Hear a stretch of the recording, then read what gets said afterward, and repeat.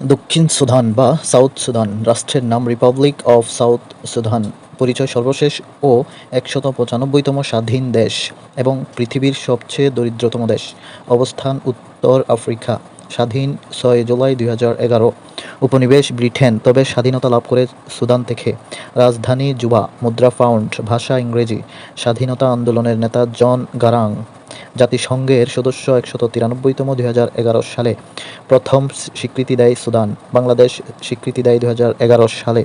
দুই সুদানের মাঝে বিরোধপূর্ণ আবে-ই নামক তেল সমৃদ্ধ অঞ্চল, আর আবেইকে বলা হয় আফ্রিকার কাশ্মীর। স্বাধীনতার জন্য চুক্তি স্বাক্ষরিত হয় ২০০৫ সালে, নাইসাভা চুক্তি। কেনিয়া সর্বশেষ স্বাধীন দেশ দক্ষিণ সুদান।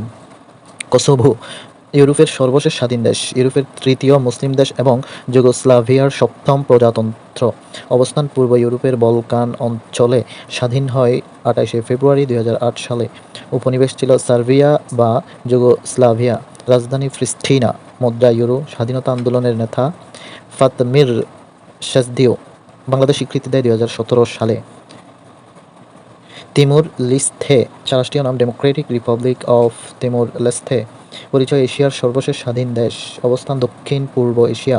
স্বাধীন হয় ২০০২ সালে। উপনিবেশ ছিল পর্তুগাল, তবে স্বাধীনতা লাভ করে ইন্দোনেশিয়া থেকে।